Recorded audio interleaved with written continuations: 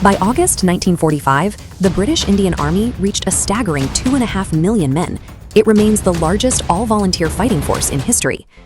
To understand how a force of this colossal scale came to exist, we have to rewind to roughly 1200 BCE. This was the Vedic period, which introduced the Kshatriya, a dedicated hereditary warrior class that embedded military duty directly into the social fabric of the subcontinent.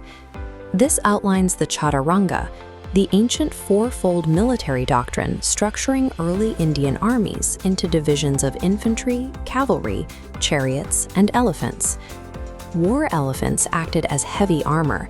They functioned as elevated, mobile command platforms that broke enemy infantry lines through their massive physical footprint. This deeply ingrained, religiously intertwined martial culture established fierce, highly localized warrior traditions that treated military service as a defining hereditary obligation. Fast forward to the 1700s. When the British East India Company arrived, they didn't bring a massive army of their own. Instead, they tapped into these existing martial traditions by hiring local Indian guards, known as sepoys.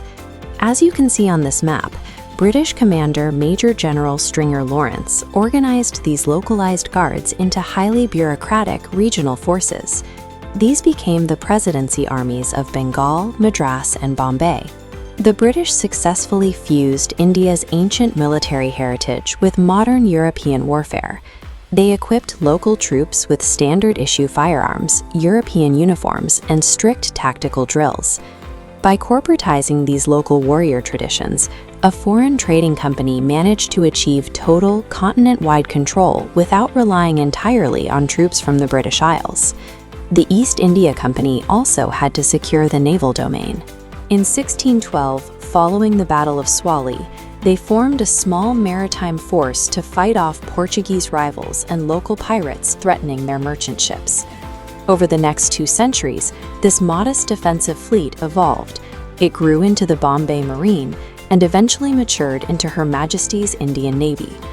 The 1857 uprising exposed a fatal flaw. The military was too fragmented and localized. To prevent another rebellion from taking root in these separate regional pockets, the British Crown stripped the East India Company of its power and assumed direct control. This centralized authority allowed for the 1895 unification and the 1903 Kitchener reforms. The separate regional hubs were dismantled and reformed into a single operational British Indian Army. The systemic shocks of the 1857 rebellion provided the impetus for this transition, replacing a loose collection of guards with a professional, centrally controlled military machine. This newly unified system faced its ultimate test during World War I. The British Empire deployed over 1 million Indian troops overseas to fight on multiple continents. They made a crucial impact on the Western Front and in Mesopotamia. Indian contingents arrived exactly when needed, successfully holding crumbling British defensive lines against heavy opposition. World War I proved that India's military had officially outgrown its role as a domestic occupation force. It was now a globe-spanning pillar of imperial security. In 1932, the birth of the Indian Air Force added a third dimension to India's military. The origin of the first unit, the Tiger Squadron, was remarkably humble. It consisted of just 6 officers, exactly 4 biplanes, and 19 Indian Hawa Sepoys, a term that translates directly to air soldiers. This tiny squadron of pilots transitioned the military from its traditional focus on ground-level formations to modern aerospace combat. The outbreak of World War II threw all 3 branches into intense global combat. The Army swelled to its peak of 2.5 million men, deploying deep into Africa and Europe to fight the Axis powers.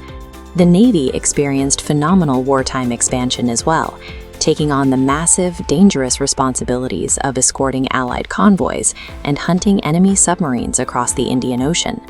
Meanwhile, Indian forces dominated the brutal jungle warfare of the Burma campaign. The Air Force proved so vital in providing ground support there that they earned the prestigious Royal prefix in 1945. When independence finally arrived in 1947, the British departed, and the royal prefixes were permanently dropped from the branches.